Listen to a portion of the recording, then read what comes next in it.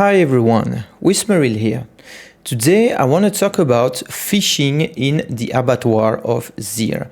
Because if you've been playing Diablo 3 and pushing Greater Rifts, you should know this concept of map fishing, mob type fishing, pylon fishing, and sometimes seasonal buff fishing.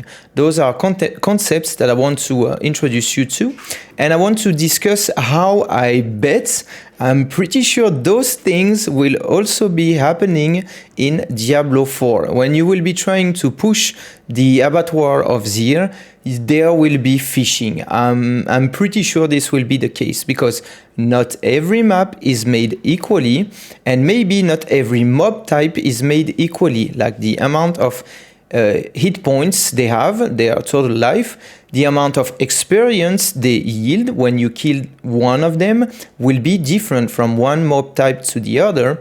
And since we know that there will be pylons, shrines or pylons, I'm not sure what they're called in Diablo 4, shrines I believe, in the abattoirs, then fishing is going to be a thing because there are so many useless shrines, like the greed one that's going to give you gold when you hit enemies is useless over there, but the artillery one and the AoE explosion one that you can have when you activate the pylon every 5 to 10 seconds, those will be godly, and you will have to be fishing for those if you want to push the abattoirs to the higher tier. Okay, so now that I have introduced those concepts, I'm pretty sure, and I'll confirm that on the channel when I get to play my first Abattoir of Zir, that when you'll be trying to push from 15 to 20, you will have to have the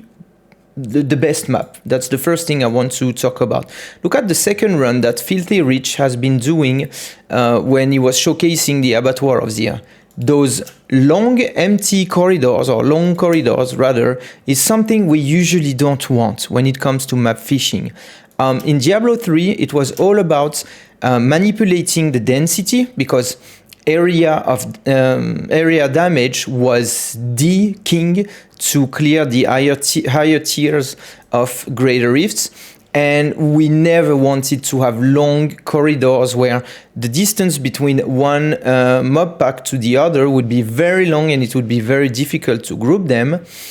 Although there is no area damage per se in Diablo 4, if we have access to the AoE shrine, the one that like did a huge explosion every 5 to 10 seconds around you, this being a real AoE spell, unlike Ball Lightning, which is a single target spell, then by just having that shrine, there is a need to maybe group up enemies, like you won't be able to damage them one by one, so you want to all group them up, find the correct shrine, and then detonate every 5 to 10 seconds monsters around you to try to snowball your fishing, if I may call it this way, because then you will be looking for either additional pylons or some other seasonal buff or other unique buffs.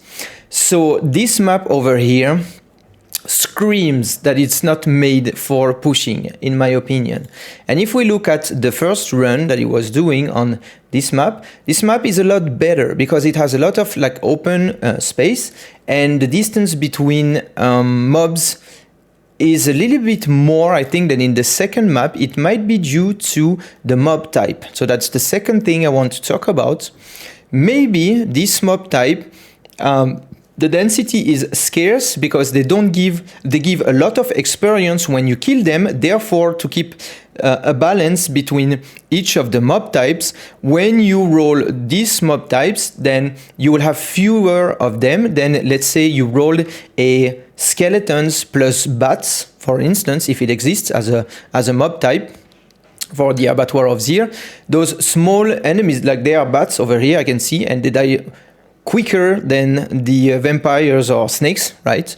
So imagine there is a skeleton plus bats mob type.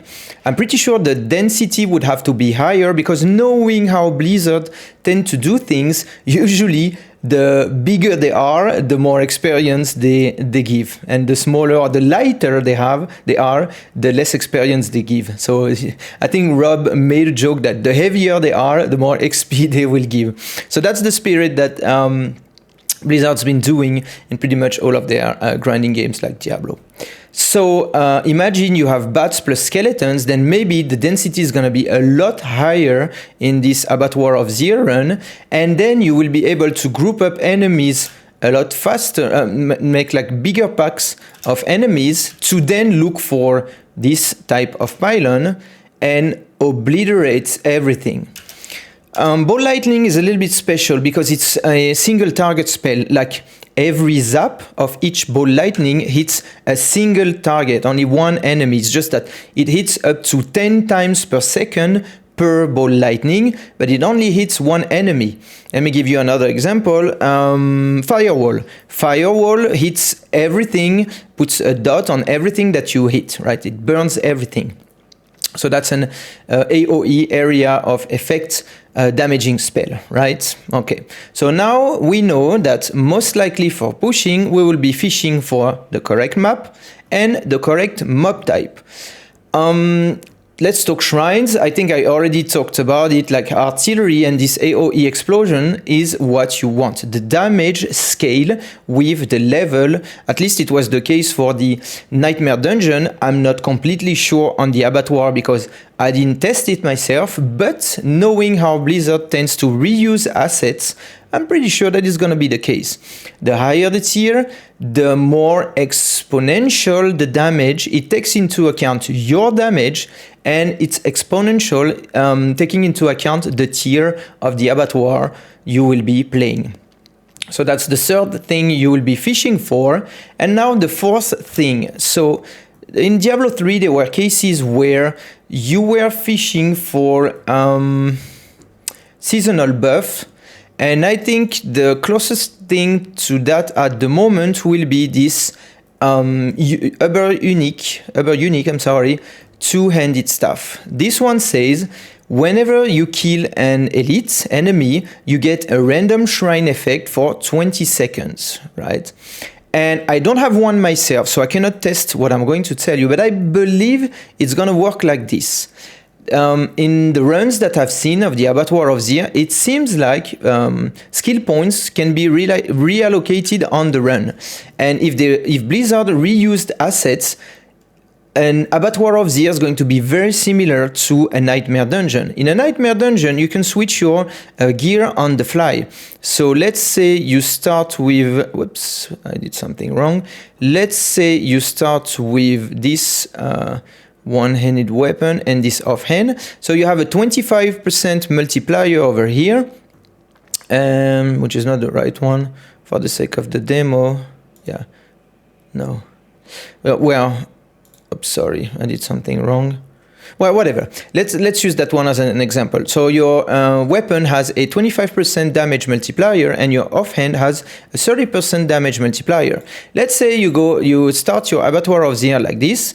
You try to isolate as much as you can one of the three elites of the first elite pack, and you damage, like you do 95% of its total life. And when it has like less than 5% life remaining, you open your inventory and you hot swap your gear, hot swap your weapon, you switch to that weapon, then you kill the elite, and then you get a random shrine effect for 20 seconds.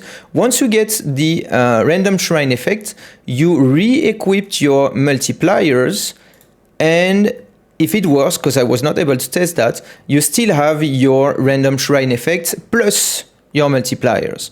So that's something I will have to test when I get my hands on that weapon. But long story short, what I'm trying to introduce here is that if you can do that, you will have to do that in the higher end of the abattoirs, because from 20 to 25, it's very likely that you would do that and hope to get an artillery shrine or the AoE explosion shrine when you do that for 20 seconds. This is the only way I see to snowball your lead on the 25. I'm not even sure we can do 25 at the state of the game, because the developers said that I think they said it's in their mind it's not possible to do 25. We'll just have to wait and see. The point being, if you get any other power than those two, you're screwed. You start again and you fish for another great mob type, having this shrine in the middle. That's the one you want. And when you kill your first, maybe it's going to take you a third of the run just to kill the first elite with that strategy, and then you get the correct power from this Uber unique staff. Then you re-equip your weapons and you snowball your elite like that. You use that power to then kill the remaining elites, jump to another elite pack within those 20 seconds, kill those, and so on and so forth. And you're just hoping to chain luck, if that word exists in English. I'm not a native English speaker. But if it does, you just want to chain luck all the way to the boss and kill the boss with the right shrine effect also. So we don't know, but if it's a strategy, then fishing is a thing for that weapon over there. So be prepared, because I think that's what we'll be doing. Hopefully we won't be doing that first, because guess what?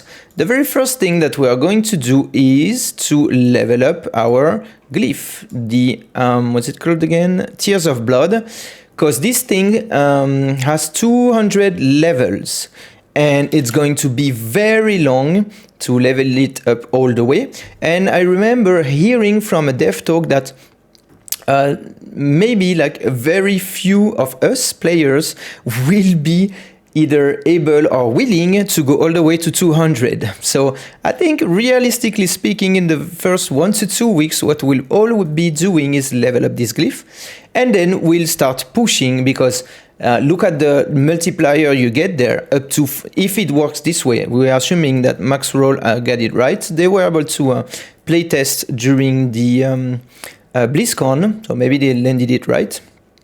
If that's the case, a 4000 multiplier is no joke, and that's the main thing that's going to scale your damage all the way to 2025. So maybe we're going to spend 1 to 2 weeks just leveling up that thing, and then we'll start pushing. Let's see. Anyway, I'll give you feedback on the channel. Tomorrow, I'm going to share the 2 builds that I'm going to play, the ones that I've theory crafted, and I got the pretty much all the equipment except for the Uber Unique. I'm going to share 2 builds, one for speed farming, because guess what, you will be speed farming the abattoirs just for the sake of leveling up this glyph. It's going to be a 1 to 2 minute runs maximum, yielding the highest amount of glyph XP, and that's what you'll be doing over and over and over again. And I have a build for that, a pretty optimized one. And then once you're satisfied with the level you got on your glyph, I'm going to share the pushing version, where we're going to put the glyph here. We're going to get the most juice out of it. And I'm going to share everything tomorrow in the video. You're going to see. Anyway, this is Wismeril signing off, and I'll see you guys in the next video. Have a great day.